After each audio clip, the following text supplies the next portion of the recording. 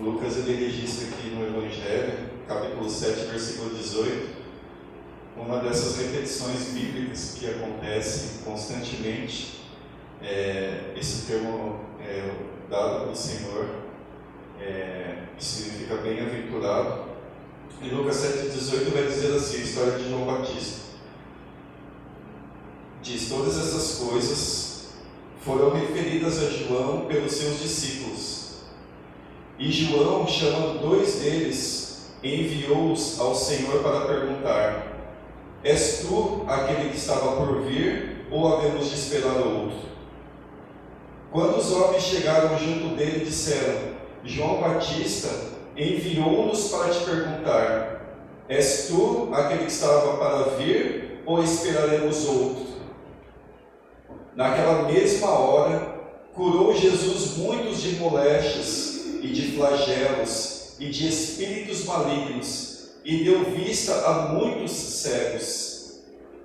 Então Jesus lhes respondeu: ide e anunciai a João o que vistes e ouvistes. Os cegos veem, os coxos andam, os leprosos são purificados, os surdos ouvem, os mortos são ressuscitados, e aos pobres anuncia-se-lhes o Evangelho. E bem-aventurado é aquele que não achar em mim motivo de tropeço. Amém? Amém. Irmãos, então é isso que nós vamos estar conversando hoje sobre essa palavra que se repete bastante nas Escrituras, né? O termo bem-aventurado, que significa bendito, feliz, alegre, abençoado. É um elogio dado pelo Senhor a algumas pessoas.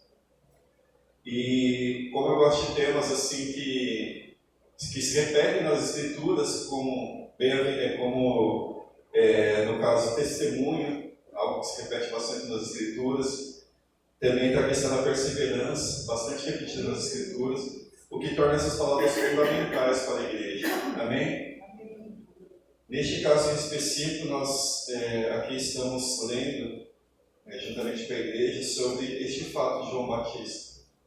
João Batista, ele é aquela pessoa, ele não somente era um profeta, como ele era também um cumprimento das Escrituras. Ele seria aquele que as Escrituras profetizavam que prepararia o caminho do Senhor. Antes que Jesus viesse e anunciasse o Evangelho, começasse o ministério, João Batista viria antes dele, preparando o caminho do Senhor.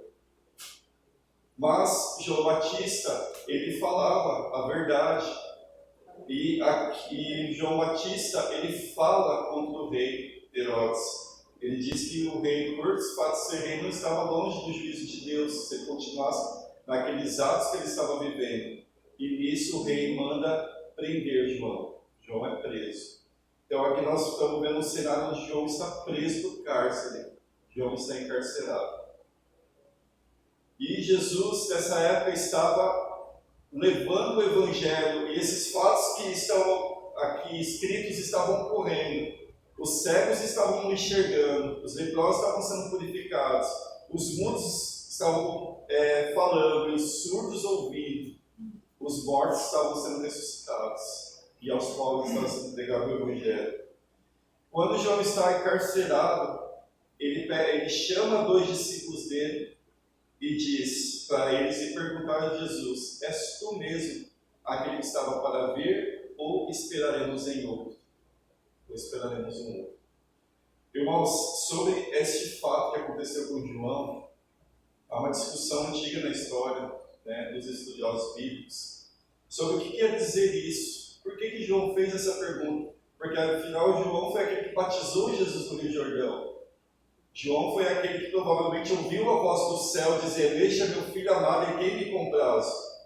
João foi aquele que testemunhou o fato do Espírito Santo descer em forma corpórea como pomba e vindo sobre Jesus no batismo. João Batista é aquele que preparou o caminho do Senhor. E por que agora ele está perguntando isso no cárcere? És tu aquele que estava por vir? És tu o Messias? Realmente esperaremos em outro. Então, duas respostas têm sido dadas. A primeira é que João Batista provavelmente enviou dois de seus discípulos para perguntar a Jesus para dar resposta a esses discípulos, porque João não tinha essa dúvida, mas talvez aqueles homens tivessem. Então João fez o papel de um mestre, em que vai até ele, pergunte para ele, e vocês verão que ele é de fato aquele que estava para vir no cumprimento das Escrituras.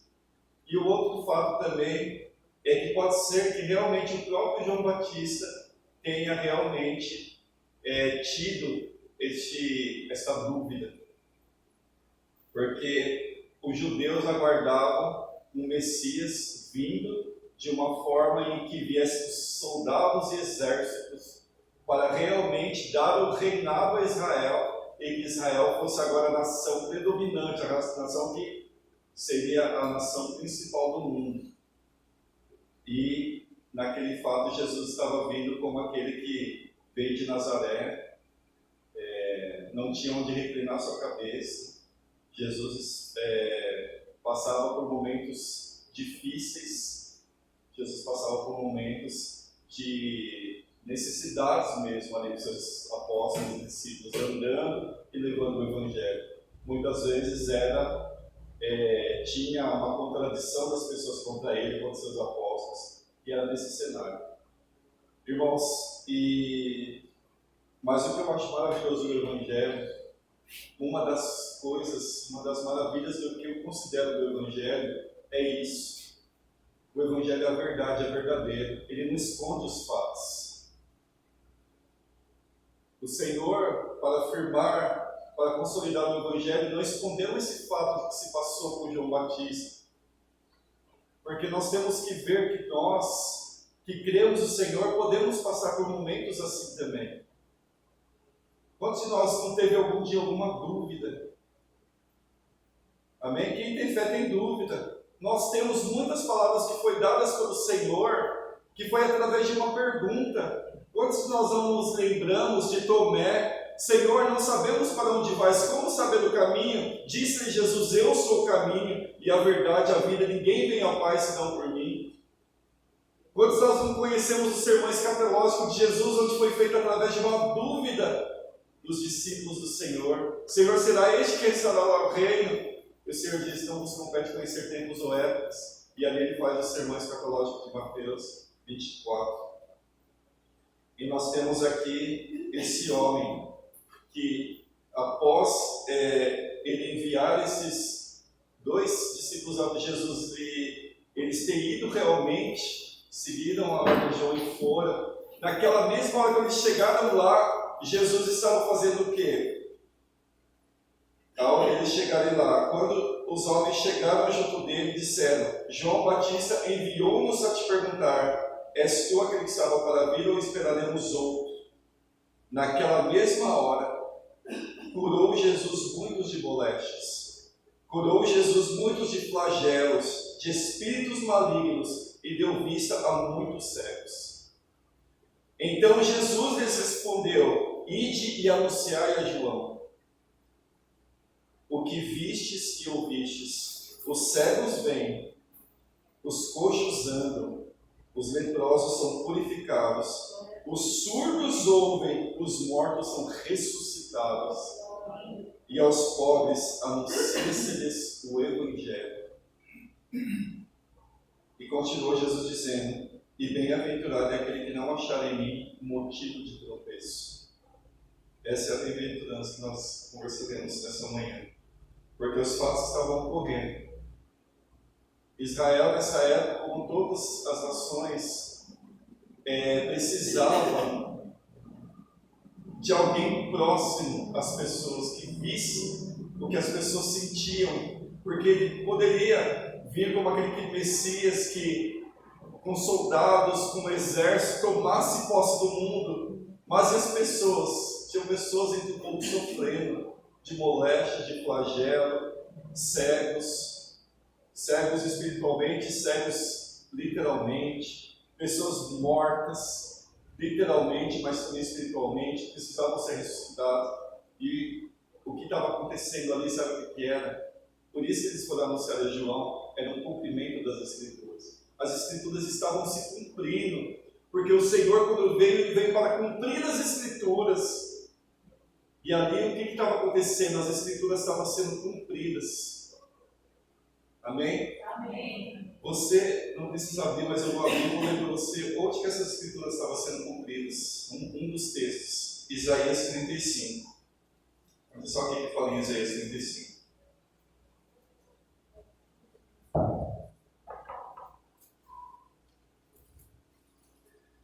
E veja você se é a mesma coisa que estava acontecendo, nesse fato que estava acontecendo ali com Jesus e com essas pessoas que foram curadas e com esses dois discípulos que foram perguntar.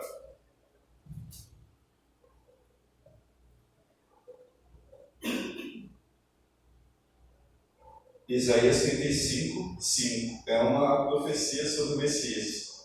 Então se abrirão os olhos dos cegos e se desimpedirão os ouvidos dos surdos. Os coxos saltarão como servos, e a língua dos mudos cantará. Pois águas arrebentarão no deserto, e ribeiros no ermo.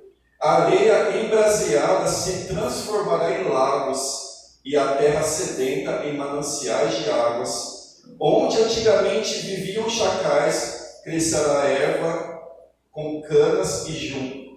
E ali haverá bom caminho, caminho que se chama Caminho Santo. O imundo não passará por ele, pois será somente para o seu povo. Quem quer que por ele caminhe não errará, nem mesmo o louco. Ali não haverá leão, nem animal feroz não passará, e ele nem se achará nele, mas os remidos andarão por ele. Os resgatados do Senhor voltarão e virão, e em Sião, com cânticos de júbilo, alegria eterna coroará a sua cabeça, gozo e alegria alcançarão, e deles fugirá a tristeza e o gemido. Irmãos, então aqui, muitos anos depois de Isaías ter escrito essa palavra, estava se cumprindo ali, naquele momento, quando aqueles dois homens foram perguntar para Jesus: és tu mesmo que estava para vir ou havemos de esperar outro?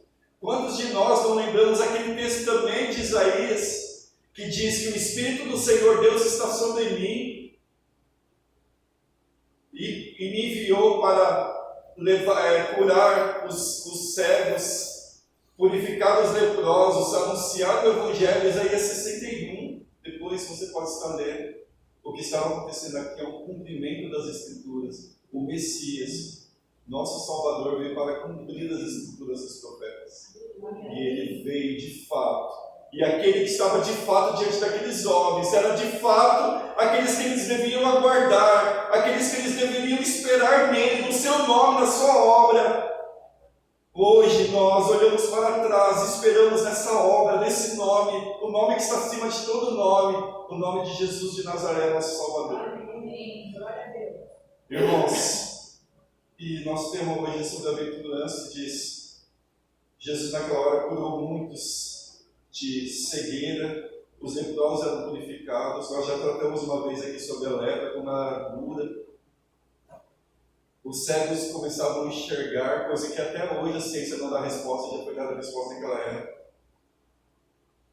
E os mortos eram ressuscitados. Imagine ressuscitar um morto. E isso aconteceu de fato, mortos eram ressuscitados. E aos pobres eram anunciado o Evangelho. E bem-aventurado é aquele que não achar em mim motivo de tropeço. Irmãos, nós também podemos passar por momentos angustiosos na nossa vida, e isso não está isento. Por isso que eu acho maravilhoso também o Evangelho, porque o Evangelho não nos sonega as informações, já percebeu? O Evangelho nos falou a verdade. Jesus falou: no mundo passais por aflições. Talvez nós estejamos hoje, não sei você, ou talvez eu esteja passando por um momento difícil, como João estava preso num cárcere, encerrado no cárcere. Talvez haja dúvida no seu coração, talvez haja dúvida no meu coração. Na igreja, a igreja não está isenta de passar por tribulação, de passar por momentos difíceis, angustiosos, onde se sente presa, onde se sente: eu acho que eu vou desistir. Mas o importante, sabe o que é, irmãos? O nosso interior não se corromper. Amém. A fé que nós temos no nosso Salvador não se corromper jamais. Porque diz a Escritura, o Senhor Jesus disse com a boca dele: bem-aventurado é aquele que não achar em mim motivo de tropeço. Bem-aventurado é aquele que não atribui culpa a mim das coisas que estão acontecendo. Naquela época, nós estávamos tendo um estudo sobre a carta de Hebreus. E a carta de Hebreus foi enviada ao povo exatamente porque eles se convertiam ao Evangelho, mas tinha uma forte perseguição, forte tentação a eles voltarem ao judaísmo, a eles abandonarem o Evangelho. Mas naquela época, eles podiam perder seus bens, poderiam ser separados das famílias, e eles resistiam, firmes na fé por amor ao Senhor. O tempo passou, nós estamos hoje, em 2024. E quantas pessoas não abandonam o Evangelho por qualquer outra coisa que não seja o Evangelho? Às vezes a pessoa pode abandonar o Evangelho porque tomou uma decisão errada, se enfiou num mundo de dívida, não consegue sair daquela situação e falar: não quero mais ir para essa igreja. Ou às vezes a pessoa pode abandonar o Evangelho porque está passando por um momento difícil e falar: não quero mais isso para mim não, eu quero ter uma vida. E abandona o Evangelho, não pelo Evangelho, mas abandona o Evangelho por qualquer outra coisa. E isso tem acontecido no mundo. Tem acontecido com as pessoas, abandonar o Evangelho, por atribuir culpa ao Senhor. Tudo é culpa do Senhor. O Senhor acaba recebendo a culpa de tudo que acontece na vida daquela de pessoas. E ela não está sendo perseguida por causa do Evangelho, mas por qualquer outro motivo ela abandona o Evangelho. Então, irmãos, que nós nunca atribuímos ou achamos o Senhor motivo de tropeço. O que é um tropeço? O que significa tropeçar? Literalmente é você estar andando, não vê alguma coisa, tropica nela e cai, o que vai acontecer? Se machuca. A pessoa quando cai, ela tem feridas, muitas vezes graves, porque tropeçou, não viu e tropeçou, caiu. Irmãos, o Jesus não é motivo de uma pessoa tropeçar. Jesus não é motivo de uma pessoa se machucar. Jesus não é motivo de uma pessoa cair. Pelo contrário, as Escrituras foram usadas para a gente estar sempre no Senhor, firmes no Senhor, crescendo na graça e conhecimento do Senhor. As Escrituras não nos é dada para que nós caiamos, mas muitas vezes nós caímos por causa de nós mesmos abandonarmos ao Senhor. E bem-aventurado é aquele que não acharem motivo de tropeço. Essa palavra é repetida várias vezes nas Escrituras. Nós temos o Sermão do Monte, né, onde Jesus faz a lista das bem-aventuranças ali. Bem-aventurados misericordiosos, porque alcançarão misericórdia. Bem-aventurados os pacificadores, porque serão chamados filhos de Deus. Bem-aventurados vocês quando por minha causa vos injuriarem e mentirem contra vós, e mentindo disserem todo mal contra vós. Regozijai-vos, alegrai-vos, porque grande é o vosso galardão nos céus. Amém. Essa palavra é constantemente repetida nas Escrituras. E aqui nós vemos uma bem-aventurança pelo fato de Jesus não ser para nós motivo de tropeço. Mas para muitas pessoas consideram Jesus como motivo de tropeço. É uma pena. Muitas religiões no mundo consideram Jesus como motivo de tropeço. Porque se não fosse Jesus, eles poderiam agir de uma forma, mas como tem um evangelho bem consolidado, eles não agem. E aí eles consideram como motivo de tropeço. Mas nós que estamos firmes no Senhor, Jesus para nós sabe o que é? É a pedra eleita e preciosa. Jesus para nós é aquele que foi enviado por Deus. É aquele que nos leva seguro à presença do nosso Deus. É aquele que nos trouxe salvação plena, perfeita, verdadeira e definitiva. Jesus é nosso Salvador. Amém. Irmãos, em Efésios tem uma... Mas antes eu gostaria de ler com você Pedro. Pedro é um apóstolo, veja bem. E por que eu considero tão importante o que os apóstolos disseram?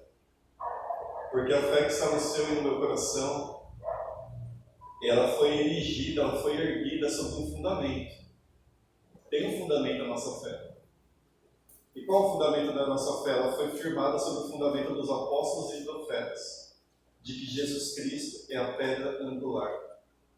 Jesus é a pedra angular, eleita e preciosa. E quem nela crer não será de modo algum envergonhado. Amém. Então, nós vamos ter essa palavra nas Escrituras. Como que eu posso saber essa palavra nas Escrituras? Marquei aqui, está em Efésios.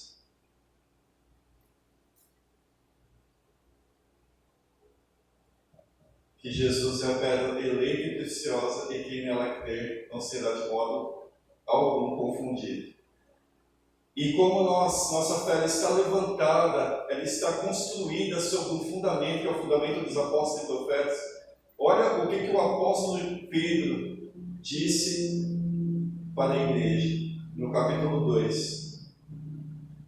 Ele diz assim, capítulo 2:1: despojando-nos, portanto, de toda a maldade e dolo, de hipocrisias e invejas, de toda sorte de maledicências, desejai ardentemente, como crianças recém-nascidas, o genuíno leite espiritual, para que por ele vos seja dado crescimento para a salvação. Se é que já tens a experiência de que o Senhor é bondoso. Moço, nós já temos a experiência de que o Senhor é bondoso? Se é que nós temos a experiência de que o Senhor é bondoso, vamos a cada dia buscá-lo. Vamos a cada dia colocar as Escrituras diante dos nossos olhos. Porque ele diz assim, desejar, tem esse desejo ardente, como crianças recém-nascidas, o genuíno leite espiritual, para que por ele vos seja dado crescimento para a salvação, se é que já tens a experiência de que o Senhor é bondoso. Chegando-vos para ele, a pedra que vive, rejeitada sim pelos construtores, mas para com Deus eleita e preciosa. Também vós mesmos, como pedras que vivem, sois edificados casa espiritual para ser sacerdócio santo, a fim de oferecer sacrifícios espirituais agradáveis a Deus, por intermédio de Jesus Cristo. Pois está escrito na Escritura: eis que ponho em Sião uma pedra angular, eleita e preciosa, e quem dela crer não será de modo algum envergonhado. Para vós outros, portanto, os que credes, a preciosidade, mas para os incrédulos, a pedra que os construtores rejeitaram, essa veio a ser a principal pedra angular. E pedra de tropeço e rocha de ofensa são esses que tropeçam na palavra, sendo desobedientes, para que também foram postos. E aí ele vem com aquele famoso versículo: vós, porém, sois raça eleita, sacerdócio real, nação santa, povo de propriedade exclusiva de Deus, a fim de proclamar essas virtudes daquele que vos chamou das trevas para a sua maravilhosa luz. Vós sim, que antes eu erais povo, mas agora sois povo de Deus, que não tinhais alcançado misericórdia, mas agora alcançastes misericórdia. Que palavra do apóstolo Pedro, irmãos. Então Jesus, para aqueles que creem, é a pedra eleita e preciosa enviada por Deus. E quem nele crer não será de modo algum envergonhado. Em outra tradução, confundido. Não há confusão, irmão. Se nós, como igreja, perseverarmos essa fé que já nos foi entregue de uma vez por todas, como Judas fala, a fé que de uma vez por todas foi entregue aos santos, nós abraçarmos essa fé, firmarmos essa fé, vai vir tribulações, vai vir aflições, angústias, mas o nosso interior não se corrompe, porque nós cremos no Salvador. Amém. Nós sabemos de fato que Jesus é aquele que estava por vir e que já veio. Que Jesus é aquele que cumpriu as Escrituras, é o cumprimento perfeito das Escrituras. Jesus é o Cristo, o Filho do Deus vivo, a fim de que nós anunciemos aqueles que estão perdidos, anunciemos aqueles que ainda não têm a Jesus, não abraçaram o amor da verdade ainda para serem salvos, levar essa verdade para que as pessoas possam crer. E nós, como igreja, perseverarmos no Senhor. Perseverarmos, desejarmos a cada dia, como criança recém-nascida, o genuíno leite espiritual. Amém? Muito interessante, né? As Escrituras e o melhor de tudo é que o Senhor não nos vedou, não nos escondeu nada. Deus nos transmite fatos como esse, para que talvez hoje, em 2024, alguém esteja também numa situação difícil, como estava João, preso no cárcere. Talvez tenha pessoas passando por tribulação, talvez tenha pessoas passando por momentos angustiosos, mas em que o Evangelho permanece firme no coração dela. Essa chama, esse fogo ardente do Senhor, o Espírito Santo fala com ela, transmite a ela a glória, a obra, o nome de Jesus. E essa pessoa, na sua fraqueza, no seu momento de dor, ela persevera firme. Isso tem acontecido porque o Senhor tem trazido consolo à igreja. Amém. O Senhor tem trazido a pessoa de Cristo aqui na igreja, através da sua obra, através daquilo que Cristo fez, que nos proporcionou salvação, que nos proporcionou vida eterna, que nos propiciou justificação, que nos propiciou relacionamento com Deus, que nos propiciou estarmos junto de Deus. Isso que Jesus fez por nós foi muito grande. Que nós não nos esqueçamos jamais. Ao longo que o mundo, ele se levanta, o mundo é um lugar inóspito para o Evangelho. Imagine nós, né, somos pessoas diferentes, né? Porque nós estamos no mundo, mas nós não somos do mundo. Nós já tivemos o nosso interior resgatado, nascido de novo, mas ainda nós estamos com uma carne que ainda pode sofrer tentação do pecado. Então nós somos pessoas diferentes e é isso mesmo que nós fazemos para glorificar a Deus, para dar glória ao Senhor, mesmo passando por momentos difíceis, momentos de fraqueza, momentos em que vem a tentação para que nós abandonemos o Evangelho, vem a tentação para nós atribuirmos culpa ao Senhor, vem a tentação para nós considerarmos Jesus como pedra de tropeço, mas nós, pela fé que nós recebemos o Senhor, nós falamos, não, Jesus para mim, Ele é tudo para mim, como disse o Cristo. Ele é o tesouro que eu tenho, guardado em meu peito, Ele é tudo para mim. Ele é meu Salvador, é meu Redentor, é aquele que veio de fato a esse mundo, e através da sua obra é que eu tenho salvação e vida eterna. É através da sua obra é que eu tenho a reconciliação com Deus. Que a amizade com Deus foi resgatada, a amizade com Deus foi retribuída a nós. Porque por causa da obra perfeita de Jesus. Irmãos, se eu e você estiver passando por um momento difícil na nossa vida, e como tem, né, irmãos? Como tem momento? A vida está corrida demais, né? Nós até vivíamos conversando no carro como está corrida as coisas. Né? Nós muitas vezes nos achamos estranhos no nosso próprio lar, porque às vezes nem nós passamos a maior parte do tempo fora do nosso lar, já perceberam? Né? E ainda mais que hoje em dia alguns estão indo para o final de semana também. Então a gente acaba passando bastante tempo fora do nosso lar. Mas se vierem tribulações contra a nossa vida, se vierem momentos difíceis contra a nossa vida, nós vamos dar glória ao Senhor, sabe como? Sendo bem-aventurado, a cada dia buscando o Senhor e não atribuindo ao Senhor culpa, mas não atribuindo ao Senhor motivo de tropeço, mas atribuindo ao Senhor motivo de nós nos aproximarmos do Pai, motivo do Senhor, Ele ser o nosso único mediador entre Deus e o homem, Jesus Cristo, o homem.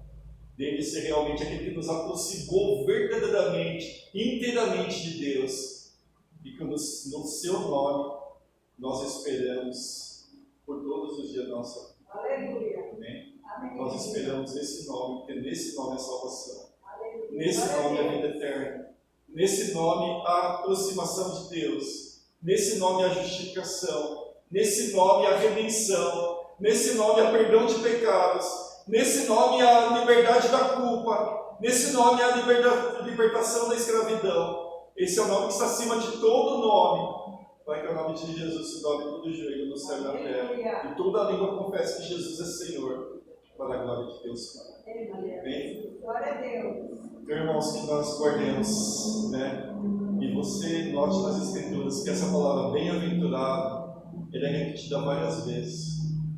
E isso a torna fundamental ou por ela ser fundamental, ela precisa ser repetida várias vezes. O Senhor tem repetido na nossa igreja.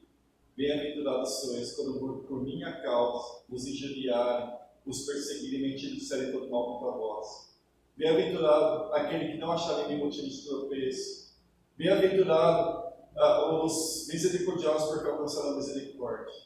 Elas se repetem várias vezes. Repetiu aqui novamente. Nós podemos ver. E que o Senhor, cada dia mais, preenche nosso coração com a sua palavra, com o Evangelho da salvação. Amém? Eu gostaria que você, nesse momento, estivesse colocando em pé.